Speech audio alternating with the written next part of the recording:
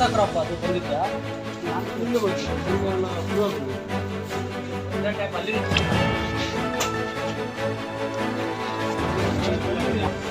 ಅದ್ರ ಮೇಲೆ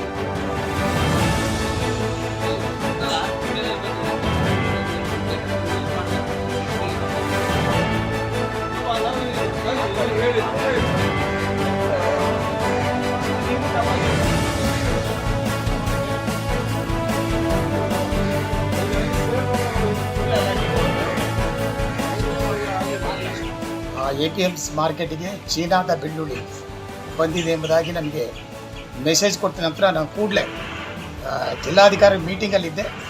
ತಕ್ಷಣವೇ ಈ ಸ್ಥಳಕ್ಕೆ ಬಂದಿದ್ದೀನಿ. ಅದು ಪರಿಶೀಲನೆ ಮಾಡಿ ಅದನ್ನು ಅಷ್ಟನ್ನು ಸೀಜ್ ಮಾಡಿ ನಮ್ಮ APMs ಸ್ವಾಧೀನಕ್ಕೆ ಕೊಟ್ಟಿದ್ವಿ.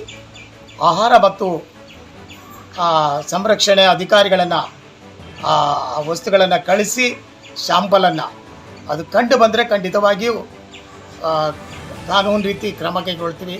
ಮತ್ತು ಇನ್ನು ಮುಂದೆ ಯಾವುದೇ ಕಾರಣಕ್ಕೂ ಉಡುಪಿ ನಗರದ ವ್ಯಾಪ್ತಿಯಲ್ಲಿ ಮಾರ್ಕೆಟ್ ಇರ್ಬೋದು ಮತ್ತು ನಮ್ಮ APMs ಮಾರ್ಕೆಟಿಗೆ ಇಂಥ ಕೆಮಿಕಲ್ ಮಿಶ್ರಣವಾದಂಥ ಆಹಾರ ಪದಾರ್ಥಗಳು ಇರ್ಬೋದು, ತರಕಾರಿ ಇರ್ಬೋದು, ಬೆಳ್ಳುಳ್ಳಿ ಇರ್ಬೋದು, ಇತರೆ ವಸ್ತುಗಳು ಬರೆದಿದ್ದಾಗೆ ನಾವು ಕಟ್ಟುನಿಟ್ಟು ಕ್ರಮ ಕೈಗೊಳ್ತೀವಿ. ಮತ್ತು ನಮ್ಮ ಸಿಬ್ಬಂದಿಗಳು ಸಹ ಯೋಜನೆ ಮಾಡಿ ಎಲ್ಲ ಪರಿಶೀಲನೆ ಮಾಡಲಿಕ್ಕೆ ನಾವು ಅಗತ್ಯ ಕ್ರಮ ಕೈಗೊಳ್ತೀವಿ.